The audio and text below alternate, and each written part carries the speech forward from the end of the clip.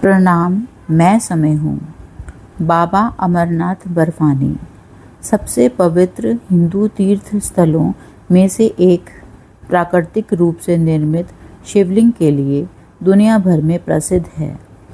पवित्र गुफा की यह दिव्य यात्रा केवल श्रावण मास यानी जुलाई और अगस्त में ही खोली जाती है, क्योंकि इसी महीने में पवित्र गुफा तक पहुंचना सबसे आसान होता है।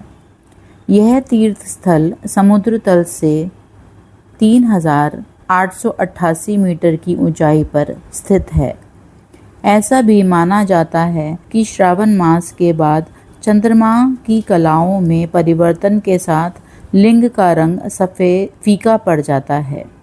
इस गुफा का नाम 2 खंडों से मिलकर बना है, अमर जिसका अर्थ है अमर और नाथ जिसका अर्थ है भगवान।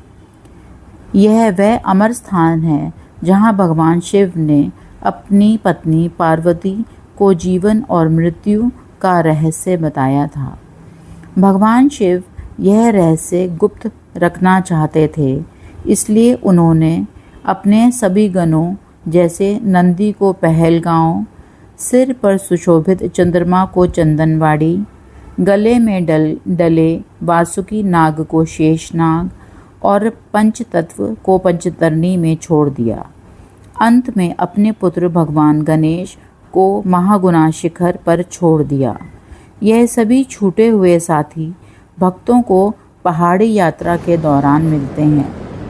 यह सारी यात्रा में 6 से 7 दिन लगते हैं। मुझे भी भोले बाबा के दर्शन का अवसर मिला, परंतु मैं बालटाल, जो केवल 1 दिन में आ जा सकते हैं, वहां से प्रभु के दर्शन किए। मैं पहले श्रीनगर से सोनमर्ग गई, फिर वहां से अमरनाथ जी की गुफा के अद्भुत दर्शन किए।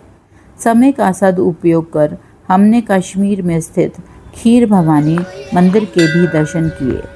पौराणिक मान्यता के अनुसार रावण देवी भवानी का बहुत बड़ा भक्त था, लेकिन उसके द्वारा माता सीता के अपहरण से देवी नाराज हो गईं और लंका छोड़कर चली गईं, और माता के कहे अनुसार हनुमान जी ने माता की मूर्ति कश्मीर के तुलमुल गांव में स्थापित की।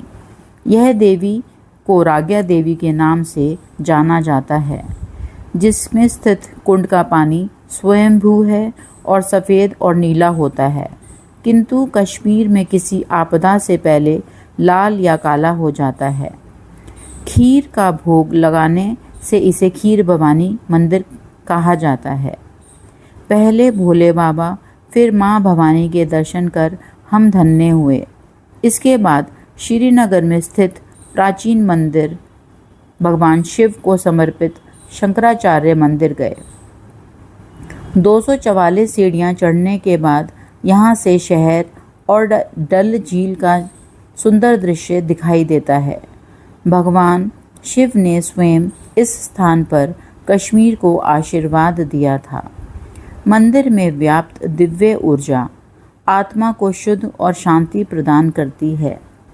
मैंने दर्शन कर यह सब अपने अंदर समेट लिया। आप भी इस बार नहीं तो आने वाले समय का सदुपयोग कर इस दिव्य दर्शन का लाभ उठाएं। जय श्री राम।